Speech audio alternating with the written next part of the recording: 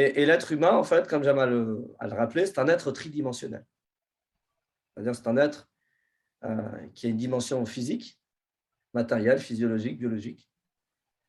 C'est un être aussi émotionnel,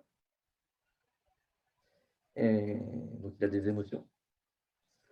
C'est-à-dire ses âmes peuvent traverser différents états, de la joie à la tristesse, au dégoût, à la colère, à la surprise, à la peur, etc. Et des fois, en une fraction de seconde. Et sa troisième dimension, c'est une dimension, on va dire, existentielle ou spirituelle, pour ceux qui sont déjà aguerris de cette terminologie de la spiritualité. Je vais essayer de... Je suis flouté, là? Hop, allez.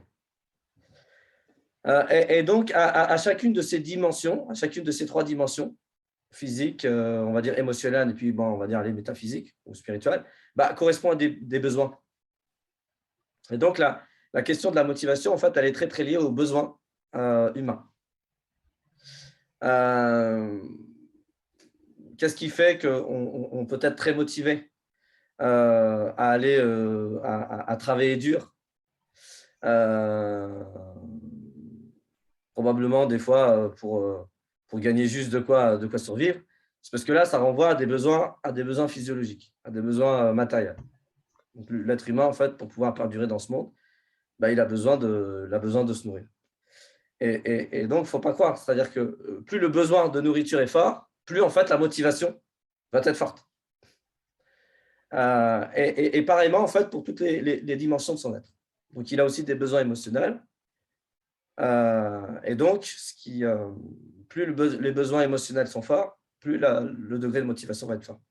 Et puis, il a des besoins existentiels et spirituels. C'est-à-dire que l'être humain, en fait, est câblé. Nous sommes tous câblés pour donner du sens à notre existence, au-delà des autres besoins lorsqu'ils sont comblés. Et ce qui est important, c'est que ces trois dimensions, ils sont distincts, mais ils ne sont pas séparés. C'est-à-dire qu'ils sont intriqués. L'émotion agit sur le physique, comme les physiques agissent sur l'émotion, et puis le spirituel agit sur les deux autres aussi dimensions. Donc, du coup, ce qui peut nous permettre de rester, je dirais, dans une forme de motivation perpétuelle, c'est d'identifier les besoins. Et les besoins, on peut les imaginer d'un point de vue métaphorique comme étant des creux, des creux, des vides qu'il faut combler.